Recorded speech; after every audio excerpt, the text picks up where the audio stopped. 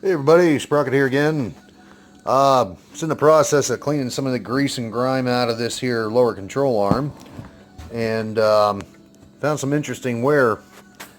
So right here, it's going to be hard to see as far as how deep it is, unless we go, maybe you can see it that way, but that's pretty deep wear. It's basically from the steering stop hitting against that a lot. So what I'm ending up having to do is just use a welder, clean it up real good, use a welder to fill it in, then flush it back out again, make that strong. It's not good because that makes a weak spot right there, and I'm not real keen on that. I also found right here where the sway bar inlet goes through, that's supposed to be a round hole. And you can see it's kind of oblonged a little bit. So might do the same thing there, just kind of build that up a little bit and clean it up, make it look good again, make it round. But like I was saying, I'm not going to get these things super clean because that grease, like I said, that keeps it from rusting, so I don't want it stupid clean because I'm not going to paint it. Now, if I was going to paint it, then yes, I would make it nice and clean. But you can see these here lower control arm bushings are pretty much toast as well. Of course, that's the whole reason why we're doing this. So, show you more in a bit. Alright, so this here's the upper control arm.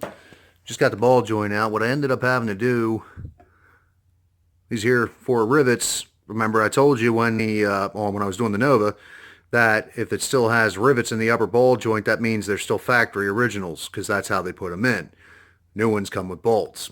So I ended up having to drill off, well, chisel and then drill off the bottom side of the rivet where it was squished down.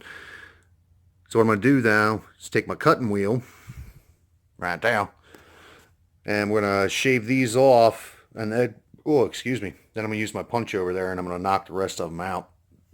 Then it gives me access to clean the rest of this up, to get most of that off there, make it nice flat surface to mount the new one to. Alright, so as you can see, got the rivets out of there. So everything's cleaned out for the most part, ready for the new piece. I got a little overzealous with the cutting wheel. It happens sometimes. Just got to be careful.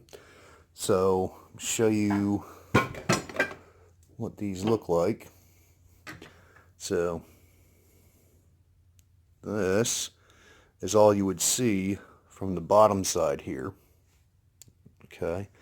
So, now, the original ball joint, I don't know if I showed you guys last night, was pretty thick.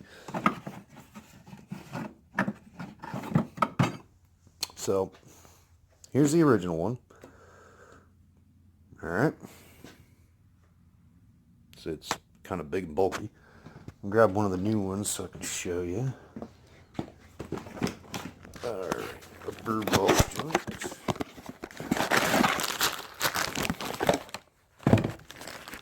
Hold on a second. Whoa! Sorry about the fuzz there.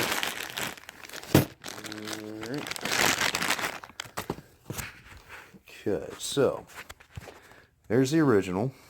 Alright, same orientation. Here's your new one. So, shaft length is the same to where this flange right here mounts down against. It's just this one doesn't have this big bulbous thing on there. I don't know why they did that. Maybe it was for grease, or I don't know. But that's the new one. So as you can see, that's a little more compact. And that'll get put into there. But I'm going to do that after I do the bushings in it. So, anyhow, that's it for tonight. Have a good one.